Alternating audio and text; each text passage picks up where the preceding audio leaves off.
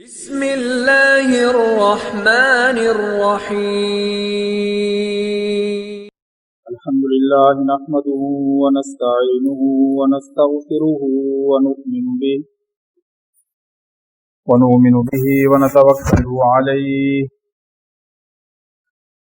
ونعوذ بالله من شرور أنفسنا ومن سيئات أعمالنا من يهده الله فلا مضل له ومن يضلله فلا هادي له ونشهد أن لا إله إلا الله وحده لا شريك له ونشهد أن سيدنا وسندنا ومولانا محمدا عبده ورسوله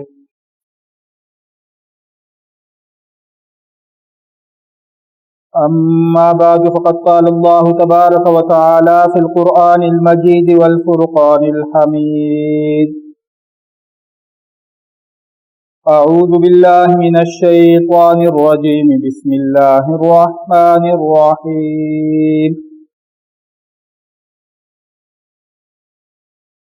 وَلَنَبْلُوَنَّكُمْ بِشَيْءٍ مِّنَ الْخَوْفِ وَالْجُوعِ وَنَقْصٍ مِّنَ الْأَمْوَالِ وَالْأَنفُسِ وَالثَّمَرَاتِ وَبَشِّرِ الصَّابِرِينَ الَّذِينَ إِذَا أَصَابَتْهُم مُّصِيبَةٌ قَالُوا إِنَّا لِلَّهِ وَإِنَّا إِلَيْهِ رَاجِعُونَ أُولَٰئِكَ عَلَيْهِمْ صَلَوَاتٌ مِّن رَّبِّهِمْ وَرَحْمَةٌ وَأُولَٰئِكَ هُمُ الْمُهْتَدُونَ صدق اللہ العلی العظیم وبلغنا رسوله النبی الکریم ونحن على ذلك لمن الشاہدین والشاکرین والحمد للہ رب العالمین اللہم صل علی محمد وعلى آل محمد كما صليت على إبراهيم وعلى آل إبراهيم إنك حميد مجيد اللهم بارك على محمد وعلى آل محمد كما باركت على إبراهيم وعلى آل إبراهيم إنك حميد مجيد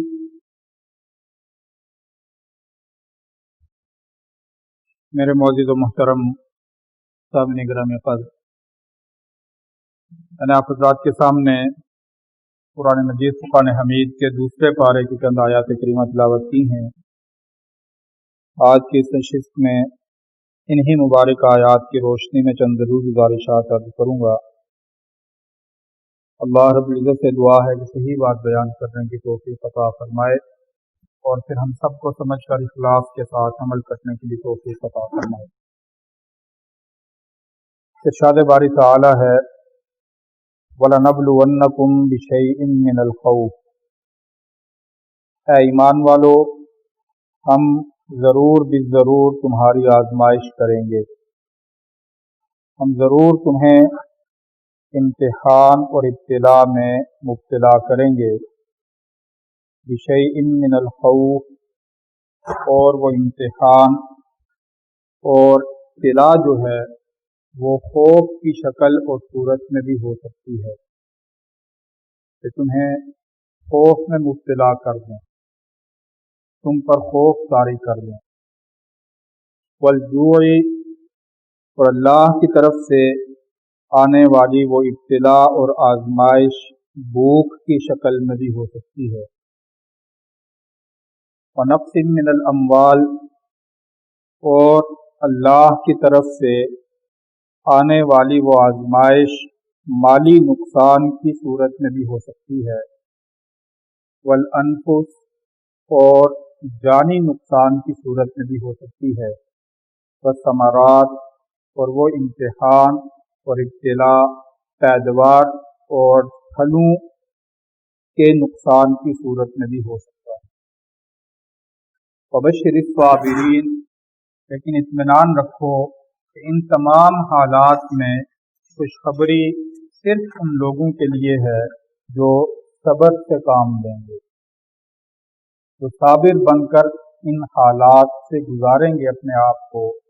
ان صبر کرنے والوں کے لیے خوشخبری ہے۔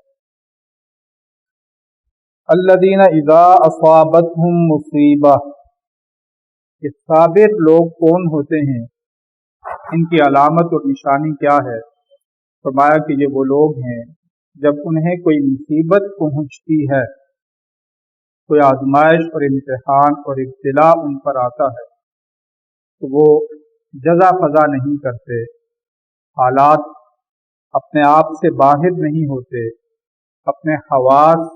گم نہیں کر دیتے اور اپنی عقل کو، اپنے جذبات کو معوف نہیں کر دیتے، بلکہ جب انہیں کوئی مصیبت آتی ہے تو اپنے اوپر قابو رکھ کر، کنٹرول رکھ کر یہ کہتے ہیں انا للہ و انا الیہ راجعون، سارا مال اللہ ہی کا ہے اور سب مال نے اللہ ہی کی طرف لوٹنا ہے، ہر چیز اللہ ہی کا مال ہے، وَإِنَّا إِلَيْهِ راجعون، اور ہم نے اللہ تعالیٰ ہی کی طرف لوٹنا ہے۔ اولئک علیہم صلوات من ربہم ورحمہ، اللہ تعالیٰ فرماتے ہیں کہ جن کی یہ صفات بیان ہوئیں، جن لوگوں نے ان قرآنی صفات کو اپنے اندر پیدا کیا، یہی وہ لوگ ہیں جن پر ان کے رب کی عنایتیں اور رحمتیں نازل ہوتی ہیں، اللہ تعالیٰ کی طرف سے ان پر عنایتیں، مہربانیاں آتی ہیں اور رحمتیں آتی ہیں، فَأُولَٰئِکَ هُمُ الْمُهْتَدُونَ، اور انہی لوگوں کو ہدایت اور راہ راست ملتا ہے۔ یہ تین قرآن مجید فرقان حمید کے دوسرے پارے کی آیات مبارکہ ہیں، جن کا لفظی ترجمہ آپ حضرات نے سماعت فرمایا۔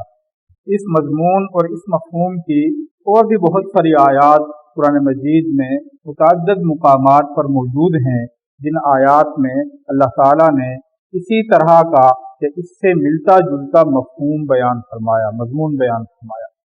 ایک مقام پر ارشاد فرمایا احسب الناس ان یترکوا ان یقولوا آمنا وهم لا یفتنون، کہ کیا لوگوں نے یہ گمان کر لیا ہے، یہ خیال اپنا پختہ کر لیا ہے، لوگوں نے یہ سمجھ لیا ہے کہ صرف آمنا کہہ کر، صرف ایمان زبان سے لا کر انہیں چھوڑ دیا جائے گا اور آزمائش میں نہیں ڈالے جائیں گے؟ فرمایا کہ یہ خیال لوگوں کا درست نہیں ہے۔ اگر لوگوں نے یہ بات اپنے ذہن میں جما لی ہے تو یہ بات ذہن میں جما لینا یہ درست نہیں ہے۔ وَلَقَدْ فَتَنَّ الَّذِينَ مِن قَبْلِهِمْ، ہم ضرور آزمائش کی بھٹی سے لوگوں کو گزارتے ہیں، صرف آمنا کہہ کر،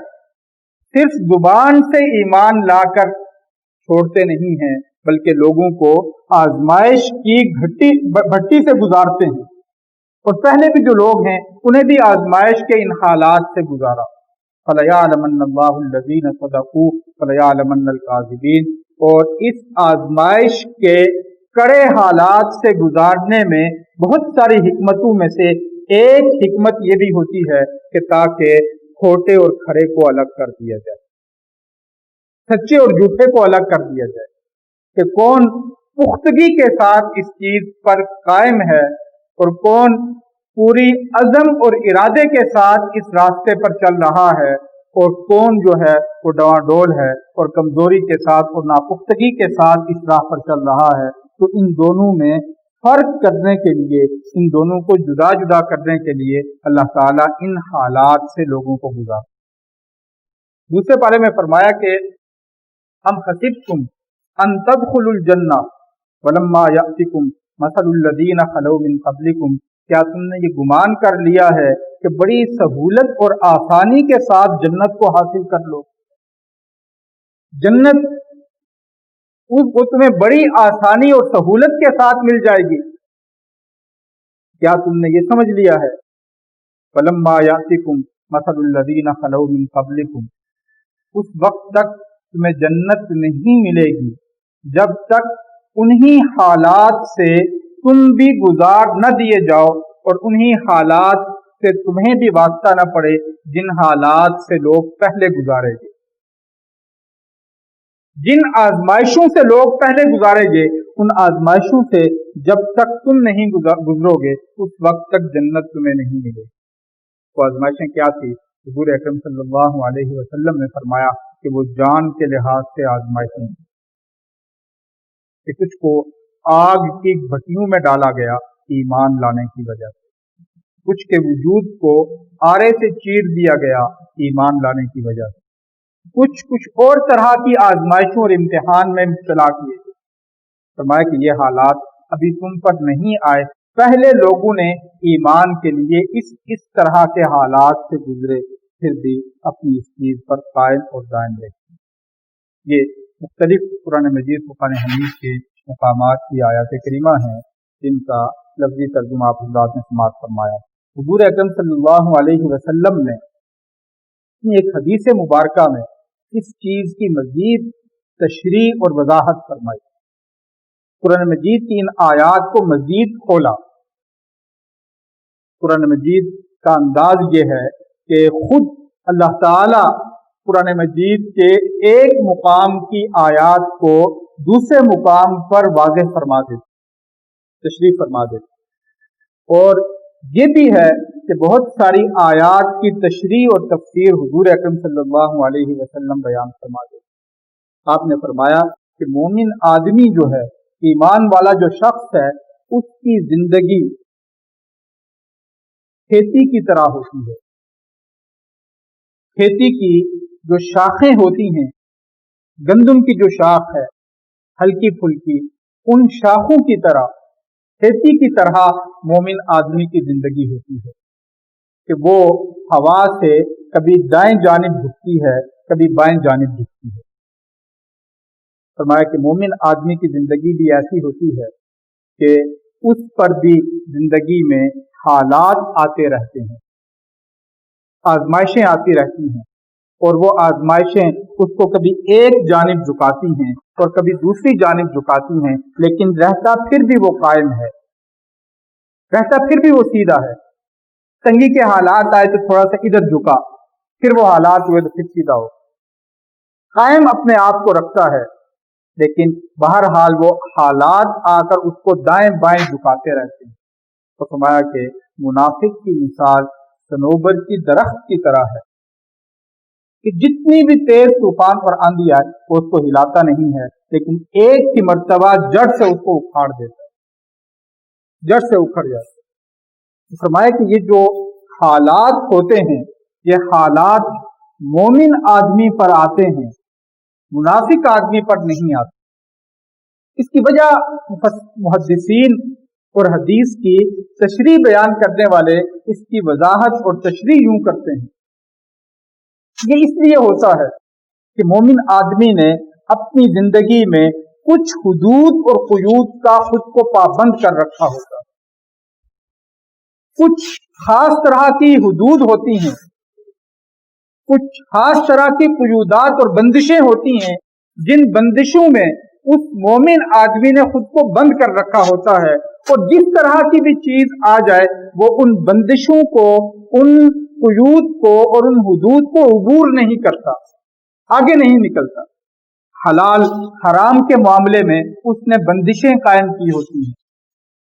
جائز اور ناجائز معاملات میں اس نے کچھ حدود کا خود کو پابند کر رکھا ہوتا ہے.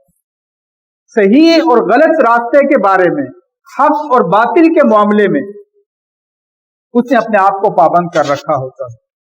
اور وہ جس طرح کے بھی حالات آ جائیں تو اس بندش کو، اس حد کو اور اس قید کو عبور نہیں کر کے دوسری جانب نہیں نکلتا. اور جو منافق آدمی ہے، جو ایمان سے خالی ہے، اس کے لیے اس طرح کی کوئی قید اور بندش موجود نہیں ہوتی. وہ ادھر سے راستہ نہ ملے تو دوسری جانب سے راستہ نکال لیتا ہے. وہ جائز طریقے سے چیز حاصل نہ ہو رہی ہو تو ناجائز طریقے سے چیز حاصل کر لیتا ہے. حلال سے اگر رکاوٹ آ رہی ہو تو حرام سے چیز کو پا لیتا ہے. تو ظاہر ہے کہ آزمائش اس کے لیے کوئی نہیں ہے، اس کے لیے سارے راستے کھلے ہوئے ہیں. تو آزمائش ایمان والے کے لیے، کہ اس نے اپنے لیے باقی راستے ناجائز، حرام، مشکوک، باطل، یہ سب راستے بند کر کے ایک حلال اور جائز راستہ کھول رکھا ہے، تو اس کے لیے ظاہر ہے آزمائش اور امتحان۔ فرمایا کہ یہ امتحان اور آزمائش سے یہی لوگ گزرتے ہیں جو ایک نظریے کے ساتھ اپنے آپ کو وابستہ رکھتے ہیں، ایک اصول کے ساتھ اپنے آپ کو باندھ کے رکھتے ہیں۔ کچھ ایمان اور دین کی چیزیں ہوتی ہیں جن کے ساتھ اپنے آپ کو وابستہ کیا ہوتا ہے، اور کسی بھی حالت میں اور کسی بھی صورت میں ان اصولوں سے روگردانی نہیں کرتے، اس نظریے سے اپنے آپ کو خارج اور باہر نہیں نکالتے۔ تو جس کا کوئی اصول نہیں ہے، جس کا کوئی نظریہ نہیں ہے، جس کا کوئی اس طرح کی زندگی کا تصور اور خیال نہیں ہے، اس کے لیے کوئی بندش اور رکاوٹ موجود نہیں۔ آپ علیہ الصلوۃ والسلام کی ایک اور حدیث ہے، آپ صلی اللہ علیہ وسلم نے فرمایا کہ قیامت کے دن جب مومن آدمی اللہ کی بارگاہ میں پیش ہوگا،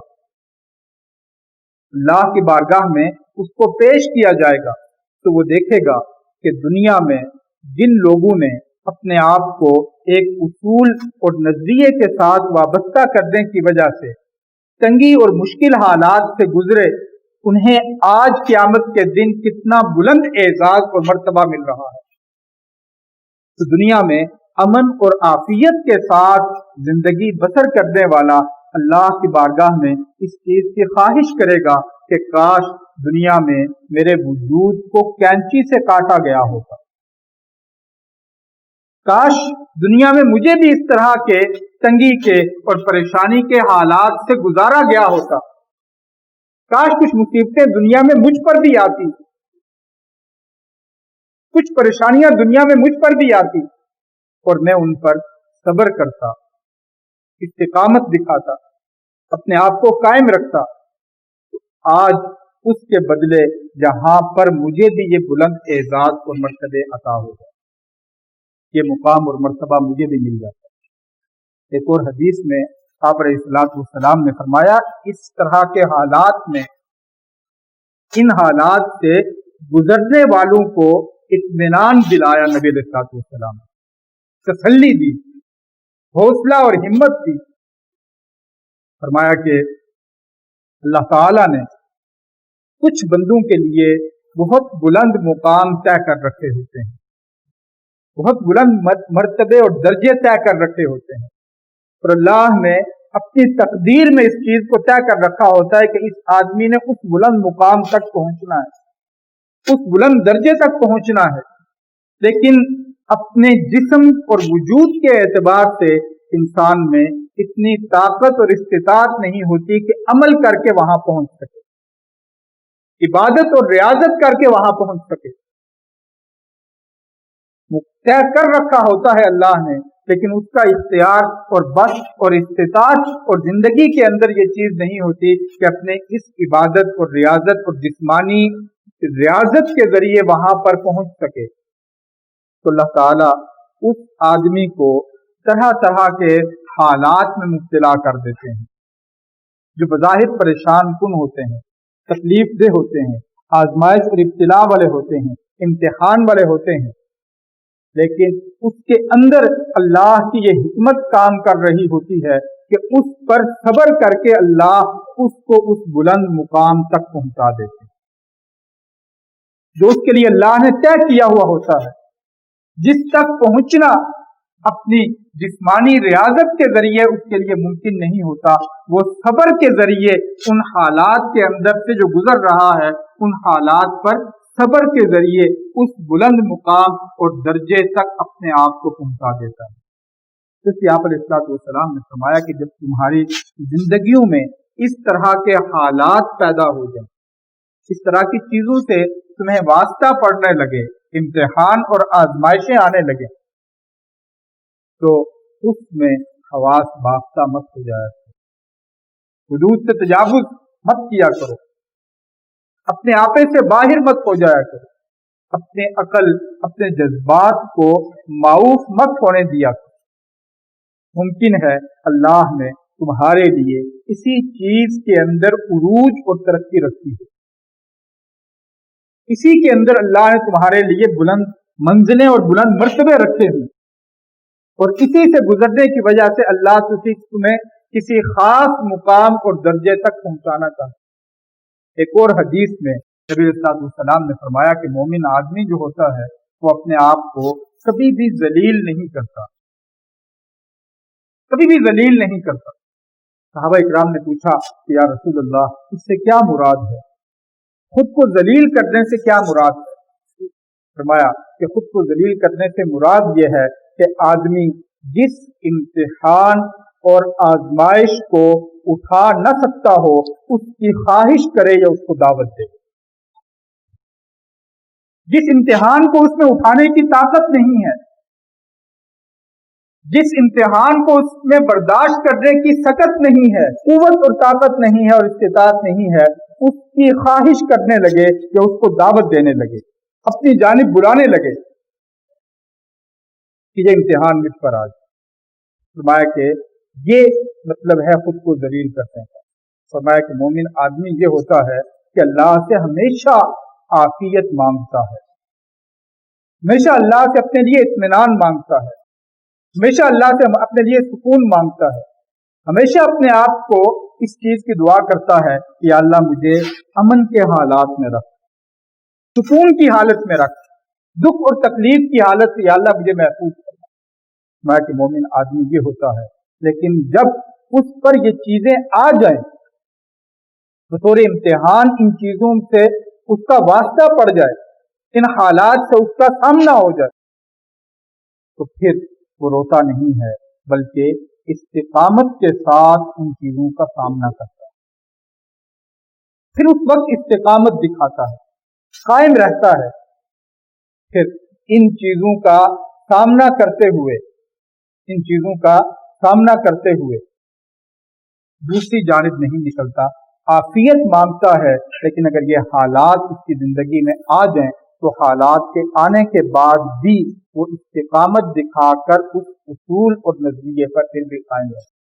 تو یہ تعلیم اور تلقین اللہ تعالیٰ نے قرآن مجید فرقان حمید کی ان آیات میں اہل ایمان کو فرمائی کہ اس طرح کے جب حالات سے تمہارا واسطہ پڑ جائے مصیبت کے، تنگی کے، تو اس پر اپنے آپ سے باہر مت ہو جایا کرو، بلکہ یہ الفاظ اپنی زبانوں پر لایا کرو، انا للہ و انا الیہ راجعون، ان الفاظ کا ورد کیا کرو، اور ان الفاظ کا جو معنی اور مفہوم ہے اس کو اپنے دماغ میں تازہ کیا کرو کہ مال سارا اللہ کا ہے اور ہر چیز میں اللہ ہی کی طرف لوٹ کر جانا ہے۔ فما علینا الا البلاغ۔